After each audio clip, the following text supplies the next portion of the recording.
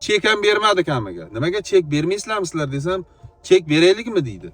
So'rab oladim chekni odam. Kecha Toshkentda bitta zig'ir oshga kirdikda 2 kishi edik. 230 ming so'm pul bo'ldi, ikkita porsiya osh. 1 kilo go'shtni ko'ryapmiz 60 ming, 70 mingdan sotyapti. 1 kilo sholi ham 4 ming, 5 ming atroflari. 1 kilo go'sht bilan guruchdan nechta porsiya osh chiqadi? U necha pul bo'lib ketadi?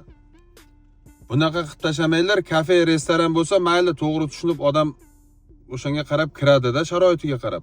Lekin oshxonada Toshkentga borgan odam, hamma odam mazza qilgani bormaydi. Bir xil odam bansaga boradi. Bir xil bolalar student bo'ladi. Ko'p joyda 20 mingdan osh sotyapti porsiyasi, 20 ming, 25 ming. Shular ham foyda qilyapti-yu. Narx-navoni ham bir tekshiradigan tashkilotlar bor o'zi. Bir aylanib ko'rsalaring bo'lar ekan. Chunki qimmatda haqiqatan 230 ming so'mga ikkita porsiya osh salati bilan. Bu yerda boshqa narsa ichilmagan. Faqat choy, ikkita osh, non, zig'ir oshi. Nomini ham hozir prosta bilmayapman, chunki bilaman ham. Mayli endi sha'niga dog' tushib qolmasin deyapman-da.